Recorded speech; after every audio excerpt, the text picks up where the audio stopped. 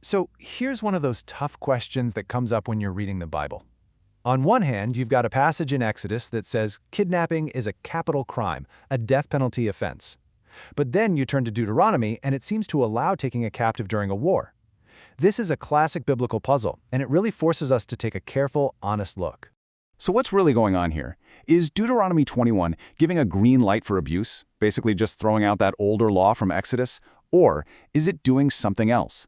Is it trying to regulate the absolutely brutal reality of ancient warfare in a way that, believe it or not, was pretty unique for its time? That's the real heart of the issue we need to dig into. Okay, let's start with the accusation itself. You hear this one a lot in critiques of the Bible, and it's a really powerful argument if it's accurate. The claim, put simply, is that Deuteronomy 21 proves the Old Testament basically legislated for Israelite men to go out, kidnap foreign women, and use them for sex. I mean, that's a heavy charge, and it means we have to look at the text with real precision, not just react to the accusation. Now, before we even touch that passage in Deuteronomy, we have to lay some groundwork. We've got to establish the Bible's foundational rules on kidnapping, because without that context, it's almost guaranteed we're going to misread the whole thing. Okay, so look at Exodus 21. The Bible treats kidnapping not as some minor slap on the wrist, but as a capital offense. The text is crystal clear. Anyone who kidnaps another person is to be put to death. We're talking about the most severe category of crime there is. Now, some people argue that this kidnapping law only ever applied to fellow Israelites. But if you actually read it carefully, that's not what you find. The original law in Exodus just uses the general term someone. It's universal. It's only later in Deuteronomy that you see a law narrowing the focus specifically to a fellow Israelite. So the text itself shows a difference between the big universal principle and a more specific application of it. And you have to remember, the Bible's laws aren't just sitting in a vacuum. They're built on a theological foundation. Way back in Genesis 1, it says that all of humanity, not just one ethnic group, is made in God's image. So what does that mean? It means to steal a person is to commit a crime against the very image of God. So the idea that God would then turn around and approve of kidnapping non-Israelites, well, that creates a huge theological contradiction, not just a legal one. All right, with that foundation in place, now we can turn to that controversial passage in Deuteronomy. And the very first step is to put it in its proper context, which, thankfully, the text itself gives us. See, Deuteronomy 21 isn't talking about a guy just walking into a foreign town to abduct a woman. The text explicitly starts with, when you go out to do battle with your enemies. This law applies to a very specific and, frankly, brutal situation. The aftermath of a battle, when you're dealing with prisoners of war. It's regulating a wartime reality, not creating a law for civilian life.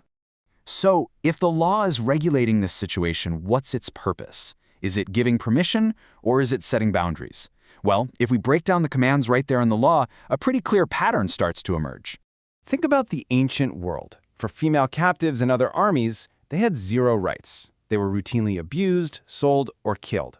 But this law imposes some pretty significant restrictions. First, there's a mandatory 1-month mourning period. She has to be made a full wife, not just a concubine, and this is huge. She can never be sold as property. And if the man later decides to end the marriage, he has to set her free. He can't just exploit her. These are legal protections, not a license for abuse. Look, from our modern perspective, this whole scenario is still really troubling, and that's a totally legitimate conversation to have. But the key takeaway for this question is that it's just not accurate to read this passage as a green light for sexual kidnapping.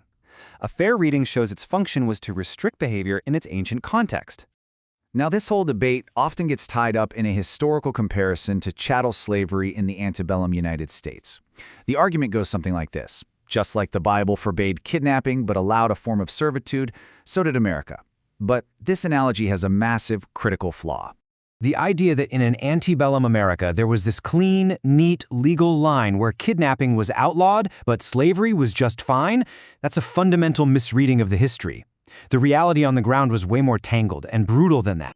You see, in antebellum America, enslaved people were legally considered property, or chattel, and that very system is what made the kidnapping of free black people possible.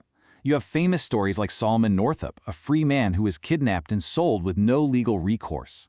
You had entire networks, like the so-called reverse Underground Railroad, that trafficked thousands of legally free people into slavery. And then you had the Fugitive Slave Acts, which basically created a system where any black person could be accused of being an escaped slave, which effectively legalized their abduction.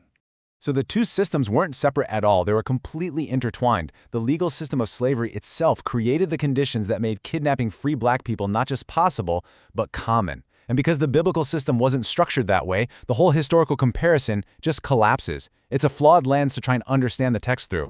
So to really get a handle on this, we have to look at all the relevant texts together, and we have to be really precise with our historical comparisons. So let's recap. We've seen that the Bible's foundational law in Exodus makes kidnapping a death penalty offense. We saw that its theological foundation in Genesis applies human dignity to everyone. And we've seen that Deuteronomy 21 is a very specific law regulating the harsh reality of war captives, and it actually imposes real restrictions. So, no matter how you look at it, it is not, by any accurate reading, a law permitting casual sexual kidnapping. And that really brings us to the final thought here. The goal isn't to just erase difficult passages or pretend they aren't challenging. The goal is intellectual honesty. No matter what your perspective on the text is, the very first obligation is to read it carefully and represent it accurately. And a careful reading just shows that the charge of sanctioned sexual kidnapping isn't supported by the evidence of the text itself.